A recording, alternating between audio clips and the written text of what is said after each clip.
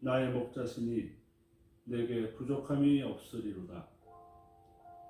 그가 나를 푸른 초장에 누이시며 쉴만한 물가로 인도하시는도다. 내 영혼을 소생시키시고 자기 이름을 위하여 의의 길로 인도하시는도다. 우리들의 목자 되시며 왕이신 하나님 아버지, 오늘도 아버지라 이름을 부르며 예배할 수 있는 마음과 은혜를 주심을 감사드립니다. 하나님, 저희들은 아무것도 아님을 고백합니다. 이 혼란스럽고 어려운 시간들을 보내며 우리들이 가지고 있던 능력, 자랑하던 지혜, 건강들이 아무 소용이 없고 아무것도 아니었음을 깨닫습니다. 하나님, 저희들이 큰 어려움 가운데 처하여 있습니다. 이렇게 큰 문제인 줄 몰랐습니다. 우리의 힘으로 쉽게 해결할 수 있는 문제인 줄로 알았습니다. 우리들의 과학으로, 우리들의 경제적인 능력으로 능히 해결할 수 있을 줄 알았습니다. 하나님, 저희가 교만했고 저희가 어리석었습니다. 우리의 교만함과 어리석음을 용서하여 주시옵소서. 여호와께서 집을 세우지 아니하시면 세우는 자의 수고가 헛되고 여호와께서 성을 지키지 아니하시면 파수꾼의 경성함이 허사임을 다시 깨달으며 기억하고 잊지 않는 계기가 되기를 소원합니다. 혼신의 힘을 다하여 싸우고 있는 의료진들과 일선의 관계자들을 위하여 간구드리며 저들을 축복합니다. 저들의 수고와 헌신이 헛되지 않도록 도와주시옵소서. 어린 자녀들과 모든 주체들이 온전하기를 기도드립니다. 특별히 아가페 어르신들 가정 위에 특별한 하나님의 은총과 은혜가 있기를 간구드립니다. 건강하게 하시고 담대하게 하시고 하나님의 말씀과 소망으로 넘쳐나기를 소원하며 기도드립니다. 특별히 어머니 날, 어버이 주간을 맞이하여 각 가정 속에 어머니에 대한, 부모님에 대한 사랑과 헌신을 기억하게 하시고 자녀들의 작은 정성의 표현들이 부모님에게 전하여지는 나날들이 되도록 은혜를 더하여 주시옵소서. 이 모든 일이 하나님의 은혜로 다 수습되고 해결되어 다시 일상으로 돌아가게 되었을 때 마스크 없는 자유로운 사람들을 만나며 이야기하며 차와 담소와 음식을 나누며 함께 예배하는 소소한 일상이 다 하나님의 크신 은혜임을 잊지 않게 하여 주시옵소서. 작은 일 하나에도 기뻐하고 감사할 줄 아는 사람들이 되게 하여 주시옵소서. 오늘도 목사님을 통해 주시는 말씀들이 이때를 살아가는 분별력이 되고 힘과 지혜가 되도록 인도하여 주시옵소서. 우리의 참 소망 되신 예수 그리스도의 이름으로 기도드리옵나이다. 아멘.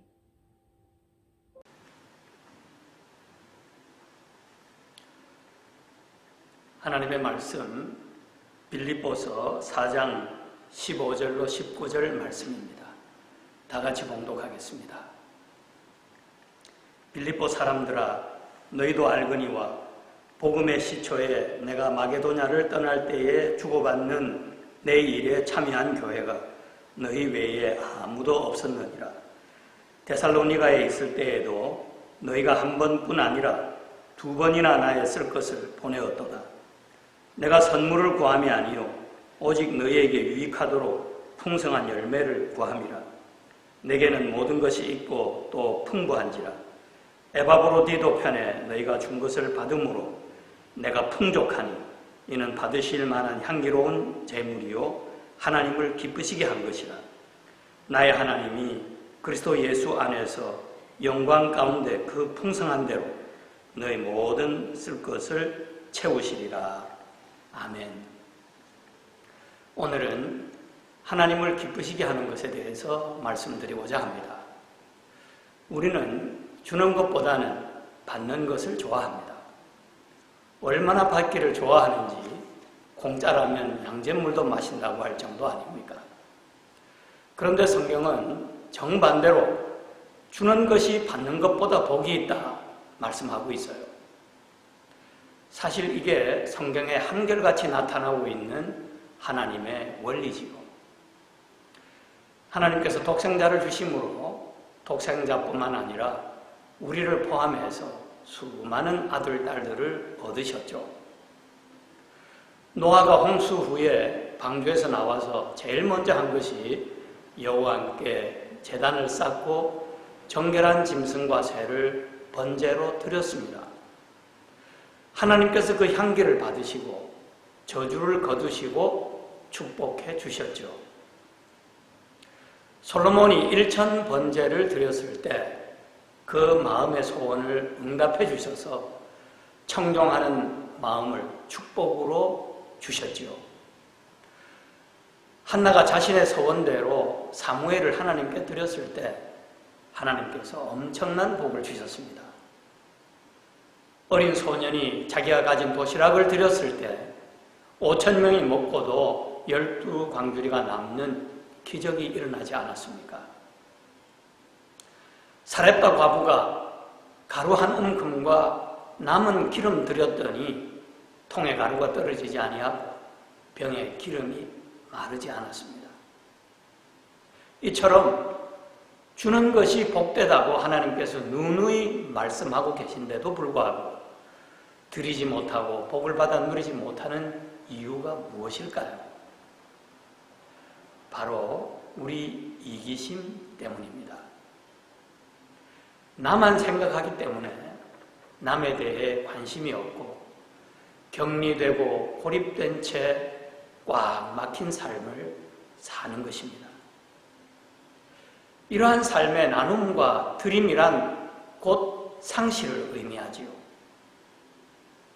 그러니까 나누지 못하고 나눔이 없으니까 더 좁고 차가운 나만의 세계에서 숨막히는 삶을 살 수밖에 없는 것입니다.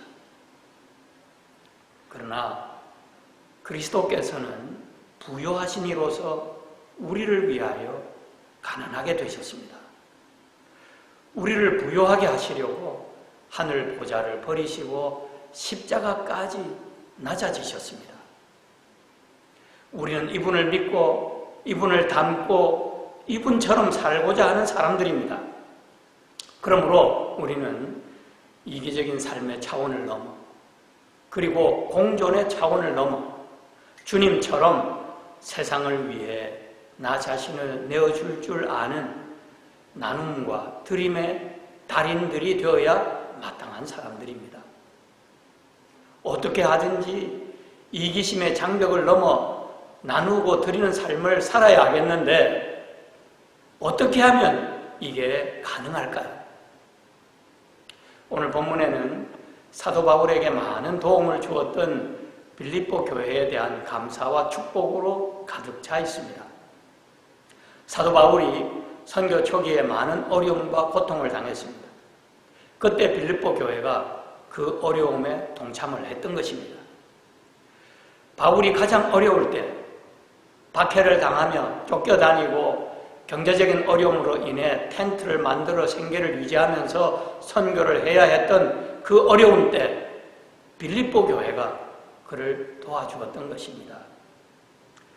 때로는 헐벗고 굶주리기도 하고 때로는 두드려 맞기도 하고 쫓겨나기도 하고 감옥에 갇히기도 했던 그 시기에 빌립보 교회가 유일하게 그를 도와주었던 것입니다. 어려울 때 친구가 진짜 친구라고 어려울 때 다가온 빌립보 교회의 따뜻한 그 사랑 바울이 잊지 못하는 것입니다. 그래 바울 사도는 빌립보 교회의 그 나눔과 사랑을 향기로운 제물이라고 부르며 그들을 향해 마음을 다해 축복하고 있는 것입니다. 빌립보 성도들의 선교 헌금은 비록 작은 것일지라도 바울 사도의 선교에 밑거름이 되었고 아시아와 유럽에 복음의 꽃을 피우는 축복의 씨앗이 되었던 거죠. 주는 것이 받는 것보다 복이 있다는 말씀이 참으로 진리입니다. 우리가 무언가를 줄 수 있고 드릴 수 있다는 것은 그 자체가 은혜요 축복입니다. 드릴 때에 내게 행복이 찾아오고 주변에 아름다운 열매들이 맺히고 수많은 사람들이 하나님의 은혜를 맛보게 되는 것이지요.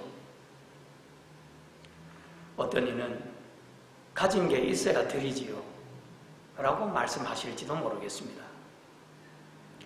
그러나 과연 그럴까요? 가진 게 많다고 드릴 수 있을까요? 여러분, 그렇지 않습니다. 부자라고 드릴 수 있는 것도 아니고 가난하다고 못 드리는 것도 아니에요. 그러면 누가 드릴 수 있느냐? 오직 하나님께 자신을 드린 사람이라야 나누고 드릴 수 있는 거예요. 고린도후서 8장 5절에 보면 그들이 먼저 자신을 주께 드리고 또 하나님의 뜻을 따라 우리에게 주었도다 말씀하고 있는데, 먼저 자신을 주께 드린 사람이라야 하나님의 뜻을 따라 나누고 드릴 수 있다는 것입니다. 아무리 많이 가졌어도 하나님께 자신을 드리지 못한 사람은 드리지도 못하고 혹 드린다 해도 인색함으로나 억지로 드리기 때문에 하나님의 기쁨이 되지 못하는 것입니다. 반면에 하나님께 자신을 드린 사람은 즐거운 마음으로 나누고 드려요. 그리고 그렇게 드리니까 드리는 것이 곧 은혜임을 체험하게 되지요. 여러분, 드리는 것이 왜 은혜일까요? 첫째, 그것이 우리의 크레딧으로 쌓이기 때문입니다. 17절을 영어 성경에는 내가 선물을 구하는 것이 아니라 여러분의 장부에 크레딧이 더 많이 쌓이기를 원한다라고 말씀하고 있습니다. 물질뿐만 아니라 시간도 마찬가지입니다. 시간은 한번 흘러가 버리면 그만이죠. 그런데 남을 위해 나누어진 시간, 그리고 하나님께 드려진 시간은 그냥 지나가 버리고 없어져 버리는 것이 아니라 우리의 장부에 크레딧으로 쌓인다는 것입니다. 이게 은혜가 아니면 무엇이겠습니까? 그리고 드리는 것이 은혜인 두 번째 이유는 모든 나눔과 드림은 궁극적으로 하나님이 기뻐 받으시기 때문입니다. 18절에 보면 에바브로디도 편에 너희가 준 것을 받음으로 내가 풍족하니 이는 받으실 만한 향기로운 제물이요 하나님을 기쁘시게 한 것이라 그랬습니다. 빌립보 교회 성도들이 바울을 위해 베풀고 나눈 그 섬김이 하나님이 기뻐 받으시는 향기로운 제물이 되었다는 것이죠. 그러니까 선교비나 헌금뿐만 아니라 우리가 누군가를 위해 베풀고 나누는 것까지도 하나님께서 기뻐 받으시는 향기로운 제물이 된다는 것입니다. 마지막으로 나누고 드리는 것이 은혜인 이유는 그것이 우리의 필요를 채워주기 때문입니다. 19절을 보시겠습니다. 나의 하나님이 그리스도 예수 안에서 영광 가운데 그 풍성한 대로 너희 모든 쓸 것을 채우시리라 말씀하십니다. 우리가 드리고 나면 내 인생이 비워지는 것이 아니라 오히려 모든 필요가 채워진다는 것입니다. 하나님께서 우리의 육적, 정신적, 영적인 필요를 모두 채워주신다는 것입니다. 무엇보다 우리가 나누고 드리면 하나님 자신으로 우리를 채워주시는 것입니다. 그래서 나밖에 모르고 살던 좁고 작은 자아의 굴레를 벗고 새로운 세계로 나오게 되는 것이지요.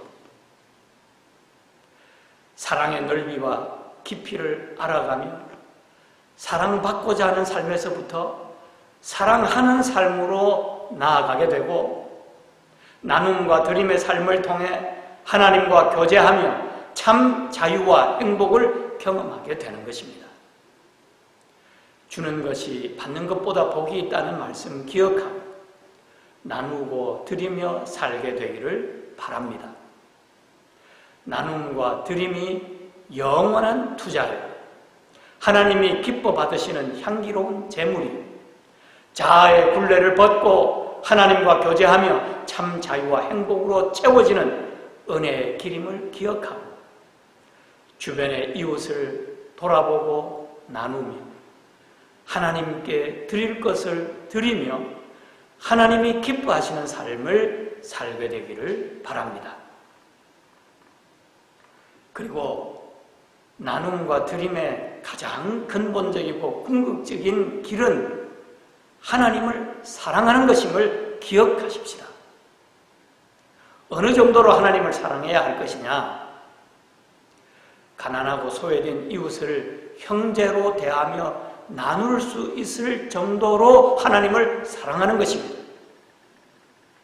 그리고 즐거운 마음으로 하나님의 것을 하나님께 드릴 수 있을 정도로 하나님을 사랑하는 것입니다.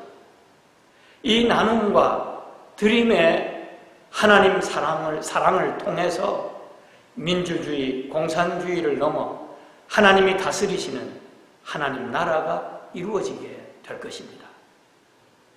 이 하나님 나라를 소망하며 우리 이제 다시 일어나 나눔과 드림의 삶을 살아갈 수 있기를 바랍니다. 그래서 하나님을 기쁘시게 해드리며 하나님이 예비하신 복을 넘치도록 받아 누리는 우리 모두 되기를 간절히 축복합니다. 기도하겠습니다. 하나님 아버지, 나눔과 드림이 하나님을 기쁘시게 하는 동시에 쌓이고 채워지는 복임을 깨닫게 해주셔서 감사합니다. 하나님을 사랑하여 먼저 나 자신을 하나님께 드리게 하옵시고, 그리고 즐거운 마음으로 형제를 사랑하여 나누며 살게 도와주시옵소서. 그렇게 나누고 드리며 하나님으로 채워져서 하나님이 다스리시는 하나님의 나라를 이루어가게 도와주시옵소서. 지금은 예수 그리스도의 은혜와 하나님의 사랑과 성령님의 교통하심이 가난한 이웃을 형제로 대할 수 있기까지 하나님을 사랑하기로 다짐하는 모든 이들 위해 함께 하옵시기를 축원하옵나이다. 아멘.